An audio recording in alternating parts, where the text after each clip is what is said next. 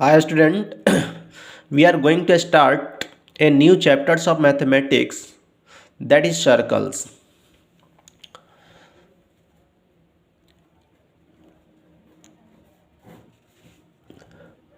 These chapters basically क्या है कि ये मेंस प्लस एडवांस के लिए तो है ही है, बट साथ साथ ये बोर्ड के लिए भी उतना ही इम्पोर्टेंट्स है। बोर्ड में भी ये चैप्टर्स से क्वेश्चंस आते हैं, तो ध्यान से यहाँ पढ़ना है थोड़ा सा सर्कल्स को अच्छे से। बेसिकली ये मेंस और एडवांस का बेसिक्स टॉपिक्स हैं, और साथ साथ कोनिक सेक्शन में भी सबका यूज बहुत अच्छे से होंगे। तो सर्कल्स को हम लोग थोड़ा सा बेसिक्स एग्जाम पढ़ेंगे, डिफाइन करते हुए ईच एंड एवरीथिंग, और धीरे धीरे सर्कल्स में हम लोग लेबल्स को बढ़ाते चलेंगे कि देखेंगे क्या क्या है। तो पहले हम लोग सर्कल को डिफाइन करते हैं कि सर्कल होता क्या है, सर्कल को हम लोग कैसे डिफाइन कर सकते हैं। तो फर्स्ट ऑफ ऑल सर्कल को हम लोग डिफाइन करते हैं एक प्लेन में। ये एक प्लेन है, जो पेपर दिख रहा है ये एक प्लेन है। इस प्लेन में हम किसी भी सर्कल को हम लोग ड्रॉ करते हैं, प्लेन में ही ड्रॉ डिफाइन करेंगे, क्योंकि 2D फिगर है ये सर्कल्स। तो सबसे पहले समझना है कि सर्कल को डिफाइन करने से पहले हम लोग समझते हैं कि कैसे इसको हम लोग डिफाइन करेंगे। तो मान लो कि एक पॉइंट है, that is called fixed point. Fix कर दिया मैंने यहाँ पे, ये एक पॉइंट है, फिक्स कर दिया। उसका कोऑर्डिनेट क्या है, ए कोमा बी। एक पॉइंट क्या है, मूविंग पॉइंट है, P is the moving point P।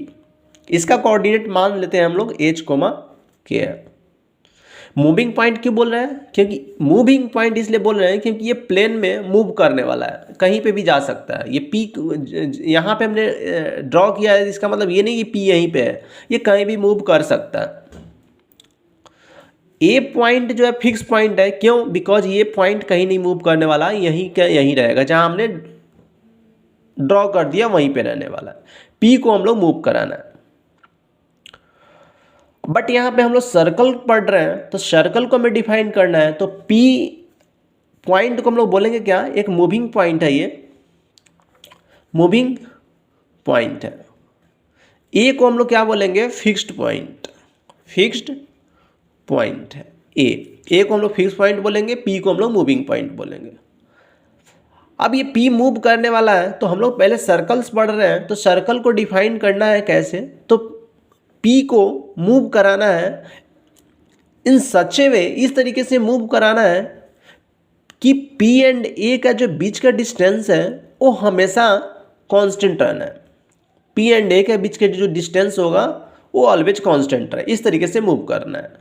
इसका मतलब ये हुआ कि अगर ये P यहाँ है तो ये इस तरीके से मूव करेगा कि हमेशा इसका डिस्टेंस क्या होने वाला है, कांस्टेंट होने वाला है, always constant.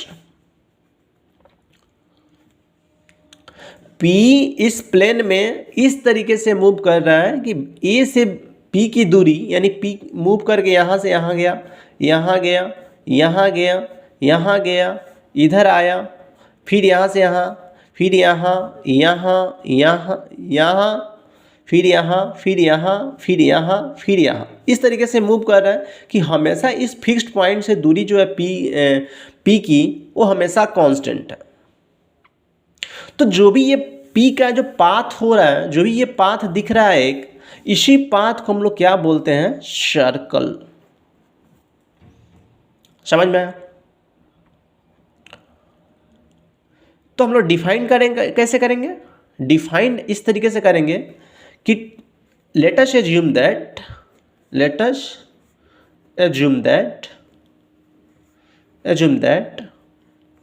2 points in a plane,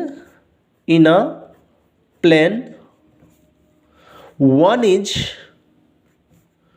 fixed point, one is fixed point A, coordinate है A comma B, and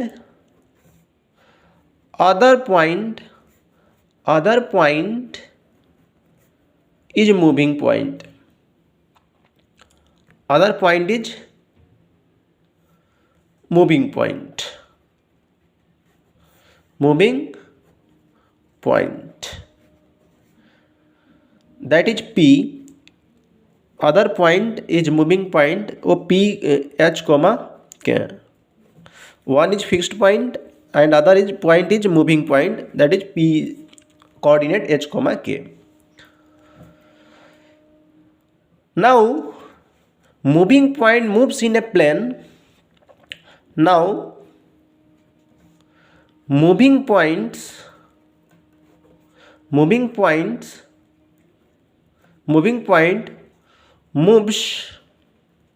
moves in a plane in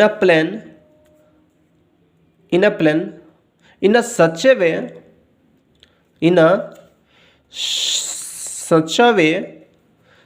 way the distance between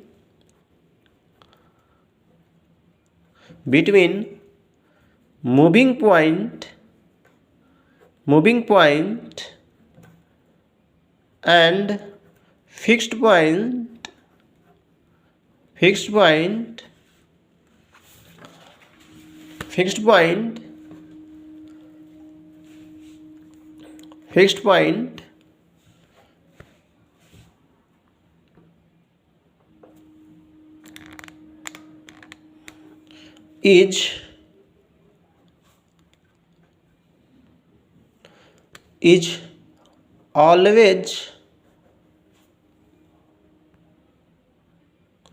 is always constant. Then the path traced by moving point is known as circle. And the distance between fixed point and moving point is known as radius of the circle.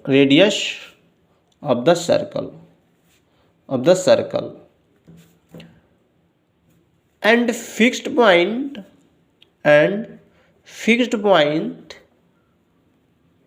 is known as the center of the circle.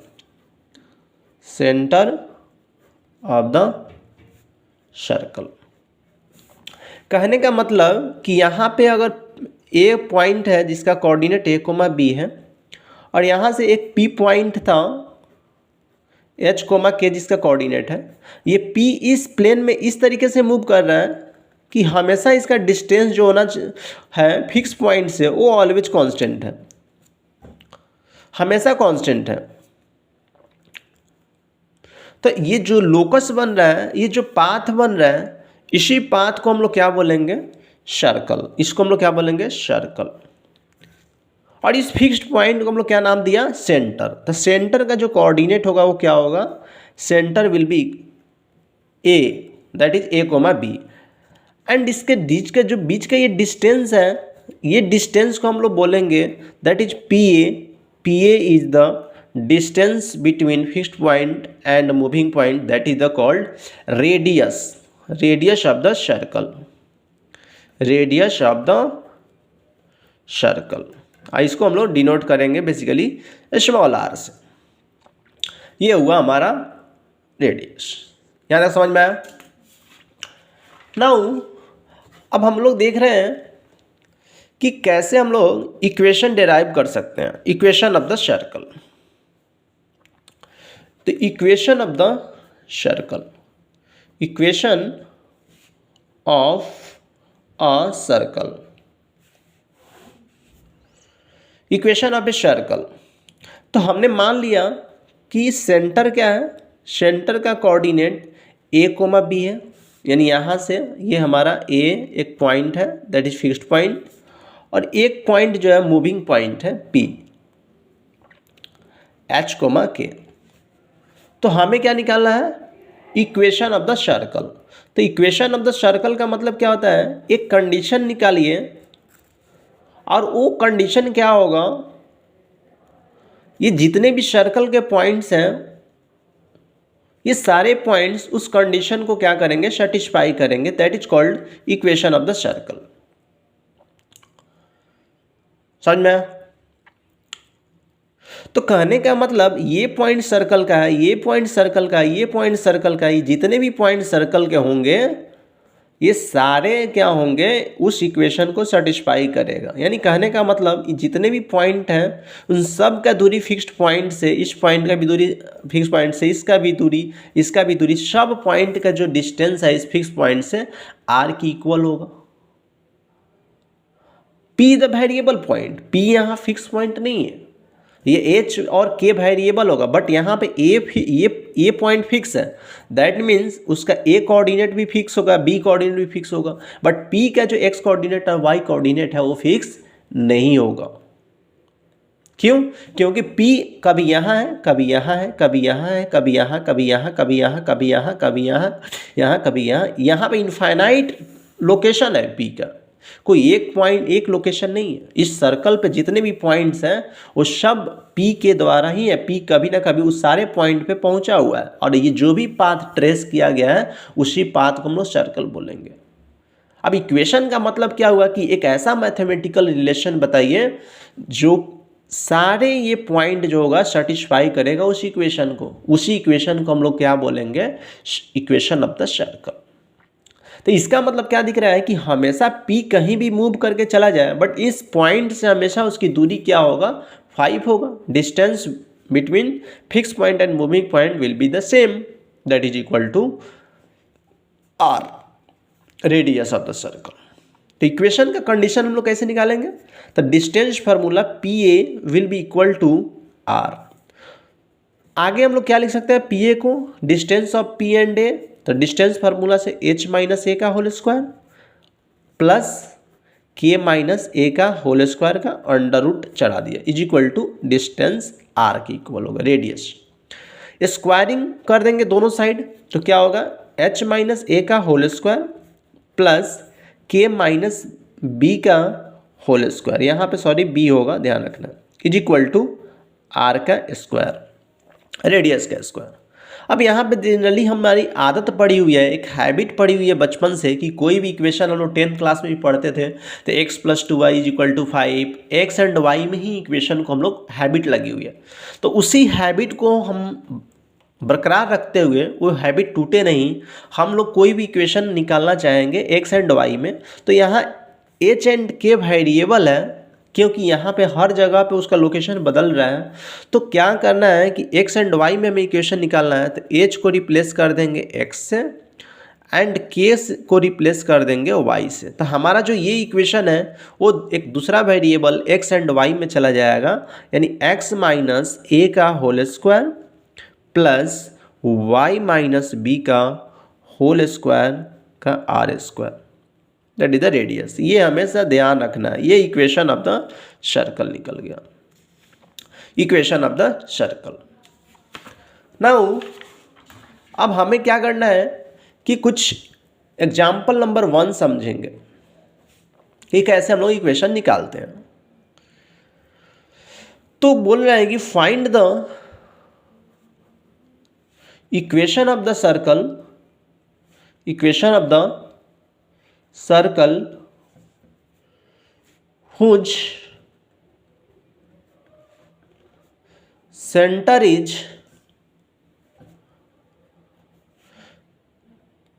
ए में एक दो part होगा, centre is 0,0 and radius 5। 2 number equation में centre को मान लेना है -3,2 and radius को मान लेना है 3। ये दो क्वेश्चंस हैं। तो हमें क्या करना है कि एक्स वाई प्लेन ड्रॉ कर लिया, ऊपर का जो है वाई एक्सिस, नीचे माइनस वाई, लेफ्ट में माइनस एक्स, इधर प्लस एक्स। पहला क्वेश्चन में सेंटर ओरिजिन को बोला है, यानी ये पॉइंट फिक्स पॉइंट कर दिया 0,0, और इस मूविंग पॉइंट के जो distance that is called radius, वो हमारा दिया हुआ है 5 unit, that is the P the moving point मान लो यहाँ।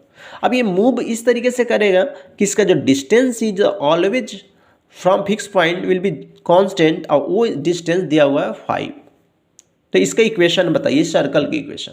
तो अभी अभी हम लोग देखे हैं कि सर्कल की इक्वेशन क्या आया था, सेंटर क्या है, सेंटर यहाँ ओरिजिन हो गया 0,0, तो यहाँ ए क्या होगा, a is the x coordinate of the centre, b the y coordinate of the centre, और आर क्या था, रेडियस ऑफ द सर्कल, यानी इस सर्कल का रेडियस कितना है 5, तो 5। तो इक्वेशन ऑफ द सर्कल क्या आया था, एक्स माइनस ए का whole square plus y minus b का whole square is equal to r square.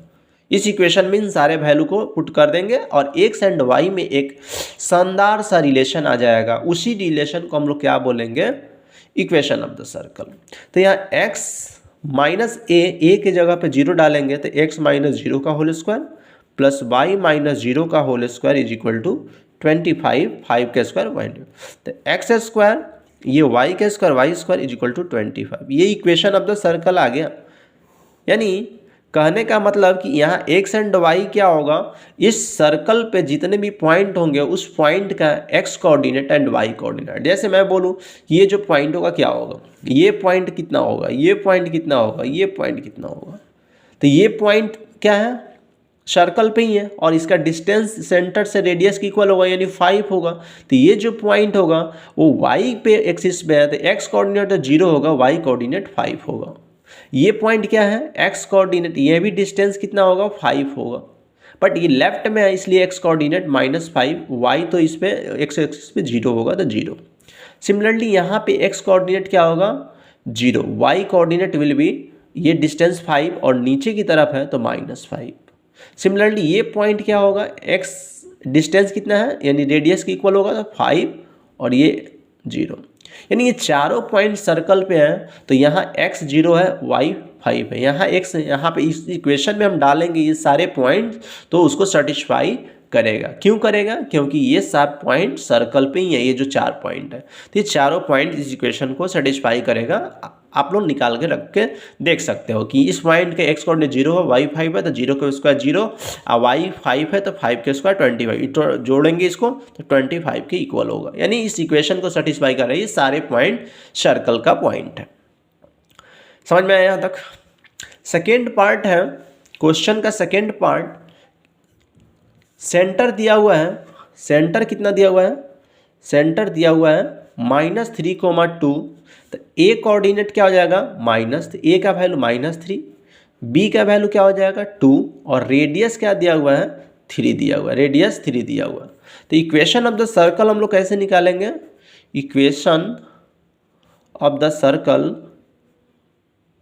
Equation of the circle simply क्या करेंगे, x माइनस ए का whole square plus y minus b का whole square is equal to r square, ये हमारा equation आया था।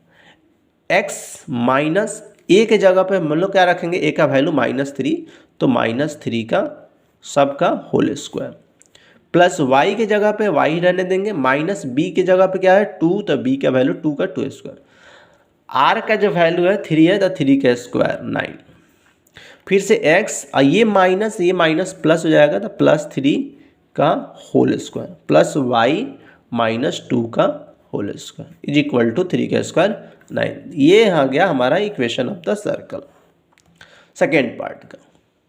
समझ में आया दोनों चीज़ें।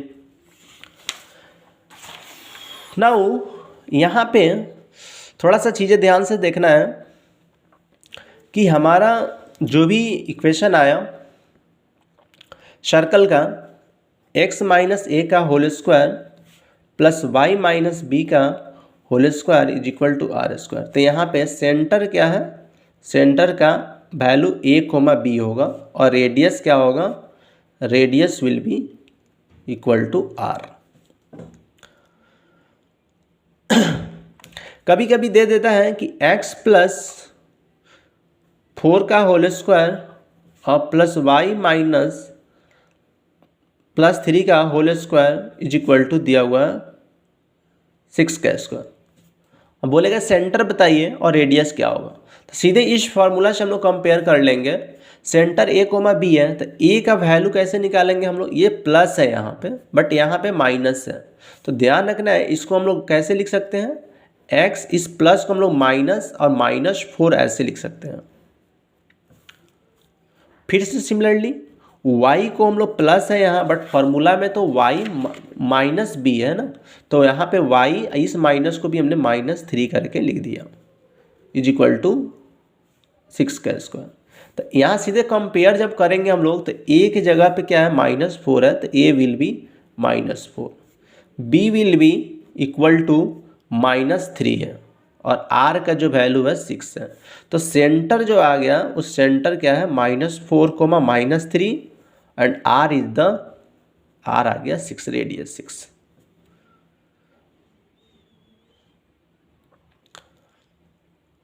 That is the equation.